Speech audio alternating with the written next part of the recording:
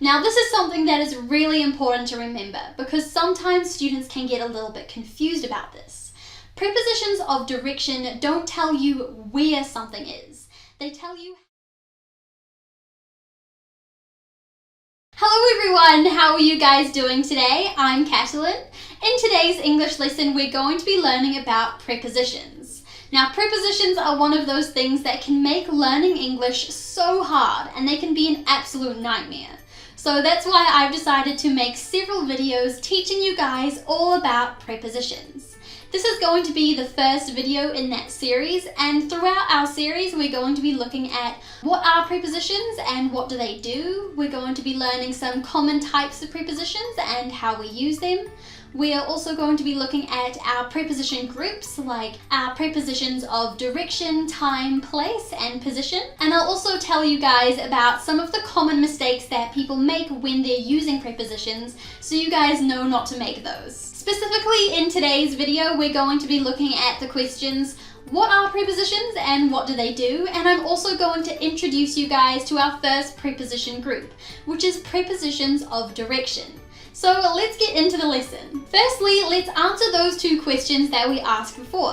What are prepositions and what do prepositions do?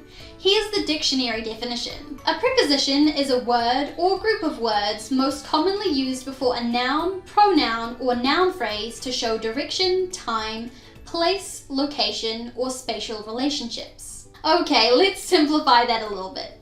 Basically, prepositions in English are words that tell us about the relationship between two things.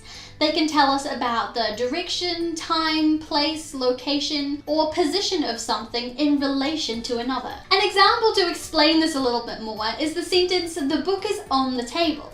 In this sentence, our preposition is on, and this tells you about the relationship between the book and the table.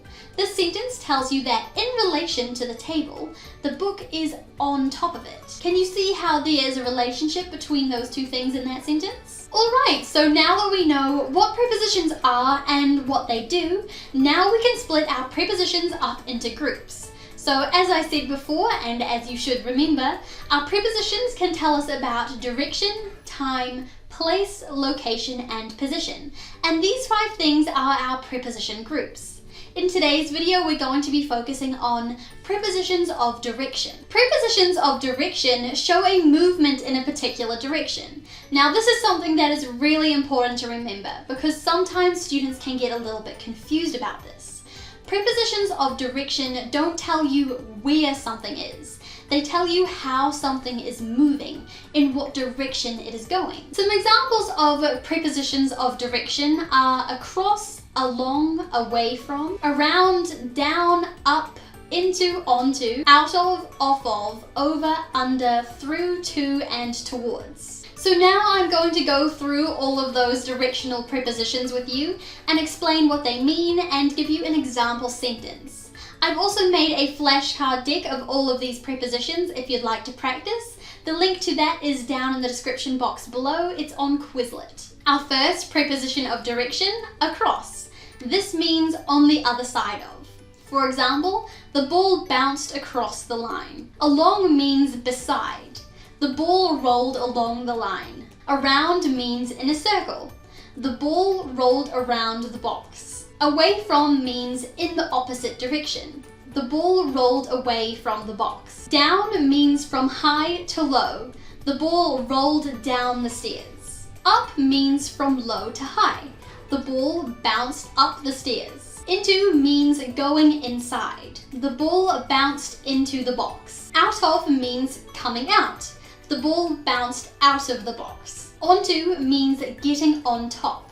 The ball bounced onto the box. Don't confuse into with in or onto with on, because in and on aren't prepositions of direction. They don't show movement, they show position. Off of means getting down from the top. The ball rolled off of the box. Over means above.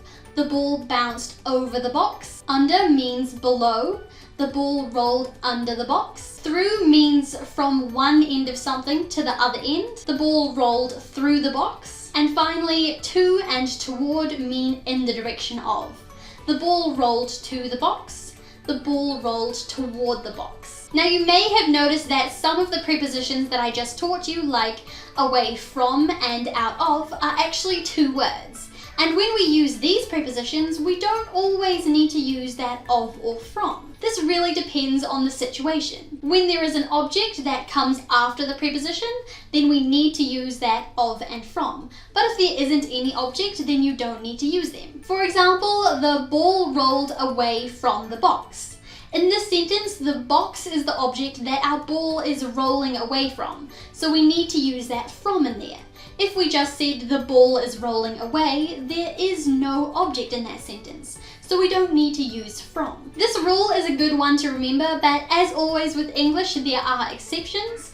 For example, she walked out of the door. Exceptions can be annoying, but if you just listen and practice frequently, then you will start to learn these and notice them. And finally, one more thing about prepositions of direction. Sometimes we can also add to or from onto them to give a little bit more detail, be very specific about what's going on. For example, she walked down the hill. We can add to this sentence to give a little bit more detail.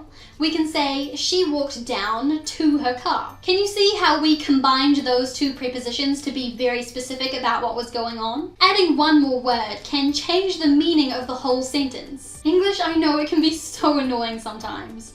So I guess that's good then that that's the end of our lesson. I hope I didn't overload you guys with too much information about prepositions. They are really important though, so you guys need to learn them. Please ask me any questions that you guys have in the comments.